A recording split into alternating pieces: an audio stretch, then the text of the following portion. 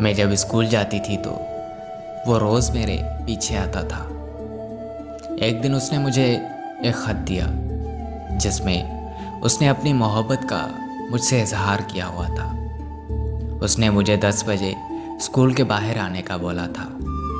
जब मैं 10 बजे स्कूल के बाहर गई तो वो वहीं खड़ा था। उसने मुझे इशारा किया और मैं उसके साथ बाइक पर बैठ गई। हम कहीं दूर जाकर नहर के किनारे घंटों बैठे रहे। फिर जैसे ही छुट्टी का टाइम ख़त्म हुआ तो उसने मुझे स्कूल के बाहर छोड़ दिया।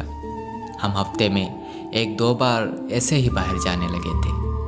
मुझे उससे पहली और सच्ची मोहब्बत हो गई थी। एक दिन ऐसा हुआ कि मेरे घर वालों को हमारे बारे में सब कुछ पता चल गया। जब हमारे घर वालों को ये पता चला तो मेरे घर वालों ने मुझे बहुत ज़्यादा मारा।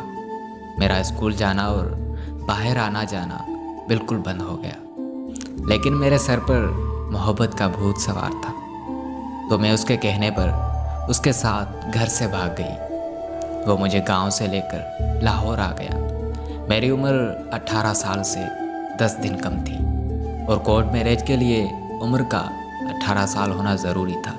तो हमने इंतज़ार किया और हमने उसके दोस्त के घर रहना शुरू कर दिया।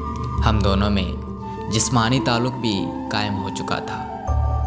एक दिन वो किसी काम से बाहर गया और फिर उसके बाद वापस नहीं आया। उसके दोस्त ने मुझे बताया कि वो तुम्हें छोड़कर भाग गया है। बराए मेहरबानी तुम भी अब यहाँ से भाग जाओ और मेरे घर को खाली कर दो। फिर जब मैंने पीछे मुड़कर देखा तो मेरे माँ बाप ज़माने की तानों की वजह से खुदकुशी कर चुके थे। कहाँ जाऊँ, क्या करूँ, कुछ समझ नहीं आ रही थी। तो मैं उसके दोस्त के पाँव में बैठ गई कि प्लीज़ मुझे मत निकालो। फिर मैं उसके साथ रहने लगी। वो और उसके दोस्त रोज़ शराब पीकर मेरे साथ जिनसी ख्वाहिश पूरी करने लगे, मुझे इस्तेमाल करने लगे। और फिर एक दिन उसने मेरी शादी किसी ऐसे आदमी से करवा दी जो सीधा मुझे जिस्म फरोशी के अड्डे पर ले गया। अब मेरी हर रात सुहाग रात की तरह होती है। फ़र्क सिर्फ इतना है कि हर रोज़ सुहाग रात बदलती रहती है।